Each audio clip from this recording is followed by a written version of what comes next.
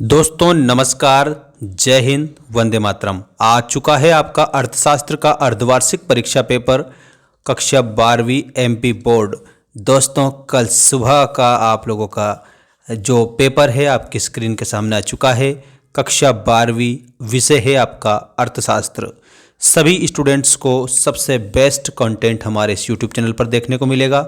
सभी student channel को आप सब्सक्राइब करके रखना ताकि आपको सारी जो अपडेट है वो डेली मिलती रहे। आइए स्टार्ट करते हैं अर्थशास्त्र कक्षा 12वीं एमपी बोर्ड का अर्धवार्षिक परीक्षा पेपर, और वो भी संपूर्ण सॉल्यूशन सहित। दोस्तों ये रहा आपका पहला क्वेश्चन। सही विकल्प चुनकर लिखिए में उपभोक्ता व्यवहार का अध्ययन किया जाता है। तो उपभोक्ता के व्यवहार का अध्ययन प्यारे बच्चों, यहाँ आपका करेक्ट उत्तर हो जाएगा सूक्ष्म अर्थशास्त्र में। इसका मतलब आपका ऑप्शन नंबर फर्स्ट ही करेक्ट हो जाएगा। कॉफ़ी के मूल्य में वृद्धि से चाय की मांग, इसमें आपको याद रखना है बढ़ती है। देखो यदि कॉफ़ी की मूल्य जो बढ़ता है तो दोस्तों चाय की मांग भी बढ़ जाएगी। इसके बाद में ये रहा आप लोगों का अगला क्वेश्चन। इसमें क्या बताया है, अल्पकाल में उत्पादन प्रक्रिया निम्नलिखित में से कौन से साधन होते हैं। तो प्यारे बच्चों यहाँ पर आपको स्थिर साधन और परिवर्तनशील साधन दोनों ही करेक्ट उत्तर के रूप में बताना रहता है। इसका मतलब आ तथा बा दोनों। नेक्स्ट क्वेश्चन देखेंगे आप सभी। कोई फर्म संतुलन में होता है जब, तो दोस्तों यहाँ पर आप लोगों को करेक्ट उत्तर के रूप में याद रखना है ऑप्शन नंबर फर्स्ट करेक्ट होगा। एम आर वाला पहला जो एम आर है या M R is equal to M C, ये करेक्ट आंसर हो जाएगा आप लोगों का। सामान्य कीमत स्तर का अध्ययन विशेष सामग्री है। तो सामान्य कीमत का अध्ययन दोस्तों यहाँ पर आप लोगों को याद रखना है, सभी को समष्टि अर्थशास्त्र की विषय सामग्री है। इसका मतलब हमारा उत्तर के रूप में हो जाएगा समष्टि अर्थशास्त्र। इसके बाद में ये आप नेक्स्ट क्वेश्चन देख सकते हो। एक देश की भौगोलिक सीमाओं में एक वर्ष में, कितने वर्ष में, एक वर्ष में उत्पादित सभी वस्तुओं और सेवाओं का योग क्या कहलाता है। सकल घरेलू उत्पाद, इसमें करेक्ट आंसर यो आ जाएगा दोस्तों आप लोगों का। सकल घरेलू उत्पाद विल बी करेक्ट आंसर, ठीक है।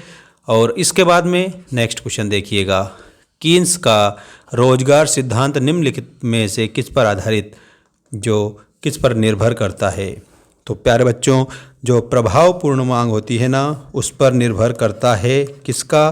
तो याद रखना आप सभी स्टूडेंट्स, कीन्स का रोजगार सिद्धांत। इसके बाद में अब हम नेक्स्ट क्वेश्चन देखेंगे। ये रहा आपका नेक्स्ट क्वेश्चन। रिक्त स्थानों की पूर्ति कीजिए में पहला, उत्पादन संभावना वक्र बाएं से, तो इसमें आप लोगों को याद रखना है बाएं से दाएं ढाल लिए होता है। गिफिन वस्तुओं के लिए मांग की लोच, तो दोस्तों धनात्मक होती है। तो यहाँ पर आपको धनात्मक के रूप में आंसर लिखना है। साधन की एक इकाई बढ़ाने पर कुल उत्पादन में होने वाली वृद्धि, तो दोस्तों उसमें आप लोगों को कंप्लीट आंसर के रूप में क्या बताना है। तो कंप्लीट आंसर के रूप में सीमांत उत्पादन आपको लिखना है यहाँ पर, ठीक है। जो मैं बता रहा हूँ आप लोगों को करेक्ट उत्तर के रूप में लिख देना रहेगा। इसके बाद देखिएगा, पूर्ण प्रतियोगिता एक स्थिति होती है।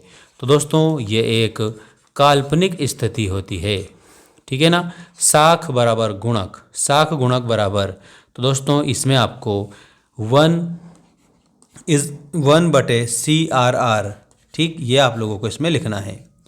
के नियम जेबीसे ने दिया है। दोस्तों इसमें आप लोगों को बाजार लिखना होगा। सभी बच्चों को कंप्लीट आंसर के रूप में बाजार लिखना है। सभी चैनल को सब्सक्राइब करके रखना ताकि आपको वार्षिक परीक्षा तक सबसे जो इम्पोर्टेंट अपडेट है वो हमारे द्वारा उपलब्ध कराई जा सके। इसके बाद में ये रहा आपका नेक्स्ट क्वेश्चन, सीमांत उपयोगिता। दोस्तों सीमांत उपयोगिता को आप मिलाएंगे एम यू से, ठीक है। यहाँ पर आपको सीमांत उपयोगिता करेक्ट आंसर के रूप में याद रखना है। मांग के नियम, दोस्तों 5 इसमें मांग के नियम करेक्ट उत्तर के रूप में हो जाएगा। तो यहाँ पर आप लोगों को मांग का नियम ऐसे उत्तर के रूप में बताना है। साम्य कीमत, तो साम्य कीमत मांग बराबर पूर्ति, तो मांग बराबर पूर्ति में आप लोगों को साम्य कीमत बताना है सभी बच्चों को। अगला देखिए, वस्तु की मांग, तो वस्तु की मांग उपभोक्ता के द्वारा की जाती है। यहाँ पर आप उपभोक्ता के द्वारा लिखेंगे। उपभोक्ता के द्वारा क्या किया जाता है, वस्तु की मांग की जाती है। घाटे का बजट, दोस्तों इसमें हम आपको एक बात बता चुके हैं, पहले भी बता दिया था। ये घाटे का जो बजट होता है प्यारे बच्चों, इसमें हमारा करेक्ट उत्तर हो जाएगा, वो हो जाएगा पूंजी निर्माण। ठीक है, पूंजी निर्माण के आगे घाटे का बजट, घाटे के बजट के आगे पूंजी निर्माण। अनुमानित आय और व्यय बराबर, ये संतुलित बजट जो होता है उसमें अनुमानित आय और व्यय बराबर होता है। कल का जो पेपर है उसके लिए ये पूरा इंपॉर्टेंट क्वेश्चन पेपर हम आपको बता रहे हैं। इसके बाद में देखेंगे आप सभी एक शब्द या एक वाक्य में उत्तर लिखिए वाला पहला क्वेश्चन। इसमें आपको क्या दिया है देख लीजिएगा। यहाँ पर आप सभी उस उपयोगिता का नाम बताइए जो पहले बढ़ती है फिर स्थिर होती है और उसके बाद में घट जाती है। तो दोस्तों उसको हम कुल उपयोगिता कहते हैं, कुल उपयोगिता। ठीक, ऐसे आप इसमें उत्तर याद रखेंगे। उत्पादन फलन कितने प्रकार के होते हैं? तो प्यारे बच्चों उत्पादन फलन जो है वो 2 प्रकार के होते हैं। अगला देखिएगा, घिसावट व्यय का एक अन्य नाम क्या है? तो इसमें आप लोगों को याद रखना है हास मूल्य। ठीक, राष्ट्रीय आय को जनसंख्या से भाग करने पर क्या प्राप्त होता है? दोस्तों इसमें हमें प्रति व्यक्ति आय प्राप्त हो जाती है। यहाँ पर आप लोगों को प्रति व्यक्ति आय के रूप में इसे लिखना रहेगा। रोजगार का परंपरावादी सिद्धांत किस प्रतियोगिता की मान्यता पर आधारित है? इसमें आप लोगों को लिखना है पूर्ण प्रतियोगिता। पूर्ण प्रतियोगिता आपका करेक्ट आंसर हो जाएगा। इसके बाद में एमपीसी बराबर एमपीएस का संबंध क्या है? इसमें आप लोगों को पूरा मैं बता देता हूँ, ध्यान रखना आप सभी।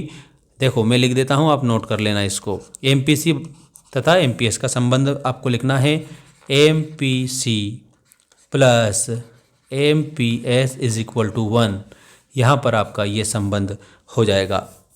इसके बाद में सत्य असत्य लिखिए वाले क्वेश्चन आपकी स्क्रीन के सामने आ चुके हैं। यहाँ पर आपको जो मैं सत्य असत्य बताऊँगा उनको आप वैसा का वैसा ही याद करेंगे कंप्लीट। देखिएगा, पैमाने के प्रतिफलों का संबंध दीर्घकाल से होता है। इसमें आप लोगों को ये पहला ही असत्य बताना है। व्यष्टि और समष्टि अर्थशास्त्र एक दूसरे के प्रतियोगी होते हैं। इसमें आप लोगों को असत्य बताना है। वर्तमान समय में कोई भी अर्थव्यवस्था बंद अर्थव्यवस्था नहीं है, बिल्कुल आपको इसमें सत्य बताना है। इसके बाद में भविष्य में ब्याज दर में वृद्धि बचतों को कम कर देती है। दोस्तों इसमें आप लोगों को याद रखना असत्य। ठीक, अपूर्ण रोजगार अभावी न्यून मांग का परिणाम है। तो इसमें आप लोगों को सत्य इसे बताना होगा। वस्तुओं का निर्यात चालू खाते की देनदारी होती है। तो इसमें आप लोगों को क्या बताना है? असत्य बताना है। और लास्ट वाला है व्यापार संतुलन में सेवाओं का भुगतान शामिल होता है। इसमें आप लोगों को असत्य बताना है। ठीक है, अब आप इसका एक स्क्रीनशॉट भी ले सकते हैं। बाकी आप लोगों को सभी को best of luck for your examination. ये मॉडल टेस्ट पेपर था जो आपकी किताब पर आधारित था।